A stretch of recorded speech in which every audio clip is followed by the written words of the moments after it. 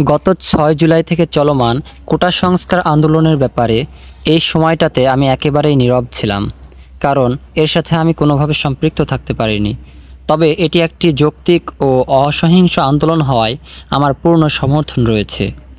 অবশেষে ছাত্রদের মূল দাবি অনেকাংশে মানা হলেও একটি স্বাধীন ও গণতান্ত্রিক দেশে সরকারি সমস্ত সশস্ত্র বাহিনী প্রয়োগ করে ক্ষমতাসীন দলের লোকদের সাথে মিলে আইনের লঙ্ঘন ও ব্যাপক অপব্যবহার করে শিক্ষার্থী ও সাধারণ নিরস্ত্র জনগণের ওপর নির্মম ও বর্বরোচিত আক্রমণে প্রায় ১৫০০ প্রাণের বিনিময়ে আদালতের এই রায় কাম্য ছিল না।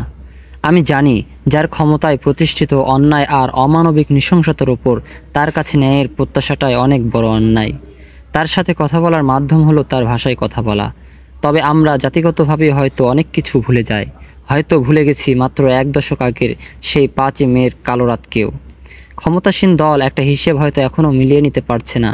কিভাবে সম্ভব এতটা অন্যায় আর অরাজকতা প্রতিষ্ঠার পর এরকম দৃঢ় একটি প্রতিরোধের সম্মুখীন হওয়া? এটি ছিল দীর্ঘদিনে জমে ওঠা অব্যক্ত যন্ত্রণার কিঞ্চিৎ বহিঃপ্রকাশ মাত্র। ২১ জুলাই আদালতের রায়ে প্রধান দাবি প্রায় মেনে নেওয়ার দ্বারা আন্দোলনকে সফল মনে হলেও এটি ছিল মূলত একটি পার্থক্য সূচক, ছিল পানিকে সঠিকভাবে ঘোলাকরণ পদ্ধতি। রায়ের আগের সরকার পক্ষীয় অন্যায়গুলো প্রতিবাদে জর্জরিত ছিল।